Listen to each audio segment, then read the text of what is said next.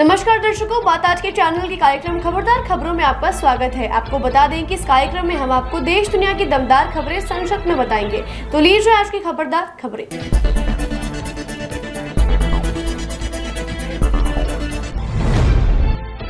आपके राष्ट्रीय संयोजक और दिल्ली के मुख्यमंत्री अरविंद केजरीवाल ने लोगों से भारतीय जनता पार्टी को वोट नहीं देने की अपील करते हुए नारा दिया कि जो केजरीवाल से करे प्यार वो मोदी को करे इनकार। साथ ही उन्होंने तानाशाही को खत्म करने और संविधान को बचाने के लिए विपक्षी दलों के गठबंधन के उम्मीदवारों को वोट देने की अपील करते हुए कहा कि अगर इंडिया गठबंधन सरकार बनाता है तो वह देश की प्रगति के लिए काम करेगा।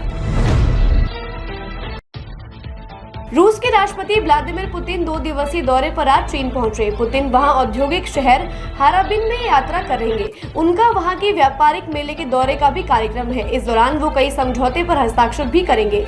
यूक्रेन युद्ध को देखते हुए ये दौरा बहुत महत्वपूर्ण बताया जा रहा है।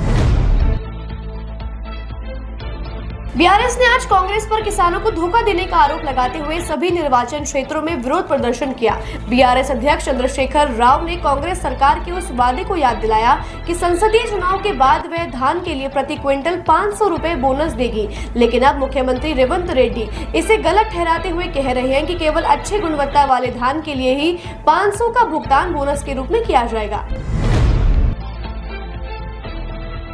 भारतीय सेना ने चीन सीमा के पास न्योमा और डीबीओ सेक्टर में 14,500 फीट से अधिक की ऊंचाई पर 2 बख्तरबंद वाहन के रखरखाव और मरम्मत सुविधाएं स्थापित की है। वास्तविक नियंत्रण रेखा एलएसी पर नजरें गड़ाए चीन की मंशा को नाकाम करने के लिए कदम उठाया गया है। इससे क्षेत्र में बख्तरबंद वाहन के संचालन व रखरखाव में मदद मिलेगी। इससे सेना और मजबूत होगी।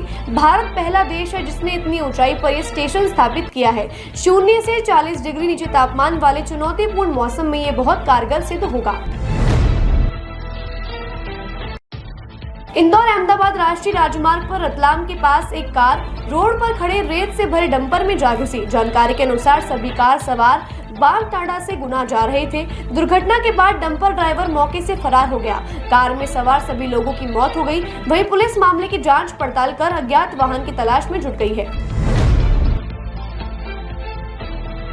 पीएम मोदी ने कांग्रेस नेता प्रियंका गांधी द्वारा उन्हें शहंशाह कहे जाने का जवाब देते हुए कहा कि मैं जब से प्रधानमंत्री बना हूं तब से लेकर अब तक मैंने इतना सहन किया है, इतने आरोप सहे हैं, इतनी गालियां सहन की, और जो इतना सारा सहन करे वो शहंशाही कहलाएगा। इसके साथ ही मोदी ने कहा कि उन्हें विश्वास है कि चौथे चरण के बाद एनडीए को 400 सीटों से ज्यादा सीटें मिलेंगी। विपक्ष पूरी अस्त व्यस्त हो गया है।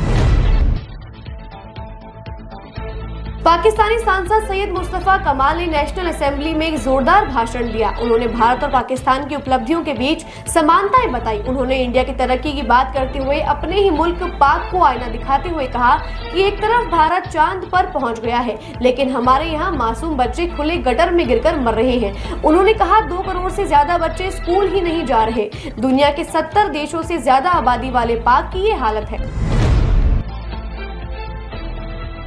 भाजपा के राष्ट्रीय प्रवक्ता शहजाद पूनावाला ने आज दावा किया कि मुख्यमंत्री केजरीवाल राज्यसभा सांसद स्वाति मालीवाल पर हुए हमले के मुख्य आरोपी और अपने निजी सचिव विभव कुमार को बचा रहे हैं। विभव को केजरीवाल का पूर्ण संरक्षण प्राप्त है। पूनावाला ने कहा कि 72 घंटे बीतने के बाद भी अभी तक कोई एफआईआर दर्ज नहीं की गई है। इससे आपका महिला विरोधी चेहरा नजर आ गया है। उन्होंने ये भी कहा कि शीश महल अब दंगा महल बन गया है।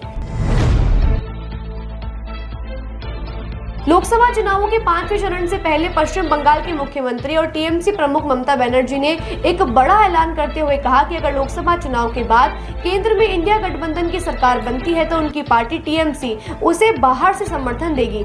गौर करने वाली बात यह है कि कुछ हफ्ते पहले ममता ने कहा था कि पश्चिम बंगाल में इंडिया ब्लॉक से कोई गठबंधन नहीं है। उनके इस बयान से विपक्षी फूट साफ नजर आती है। भारतीय फुटबॉल टीम के कप्तान सुनील छेत्री ने कहा कि कुवैत में 6 जून को वह अपना आखिरी मैच खेलेंगे। सुनील छेत्री सबसे ज्यादा अंतर्राष्ट्रीय गोल करने वाले चौथे खिलाड़ी हैं। साल 2011 में अर्जुन पुरस्कार और 2019 में पद्मश्री से सम्मानित किया जा चुका है। उनके इस फैसले से फुटबॉल प्रेमियों को गहरा सदमा लगा है। उनके इस फैसले के बाद बीसीसीआई ने कहा कि सुनील छेत्री भारतीय फुटबॉल और भारतीय खेलों के अभूतपूर्व प्रतीक है। खबरदार खबरों में आज के लिए बस इतना ही। कल फिर नई खबरों के साथ हम होंगे आपसे रूबरू। नमस्कार।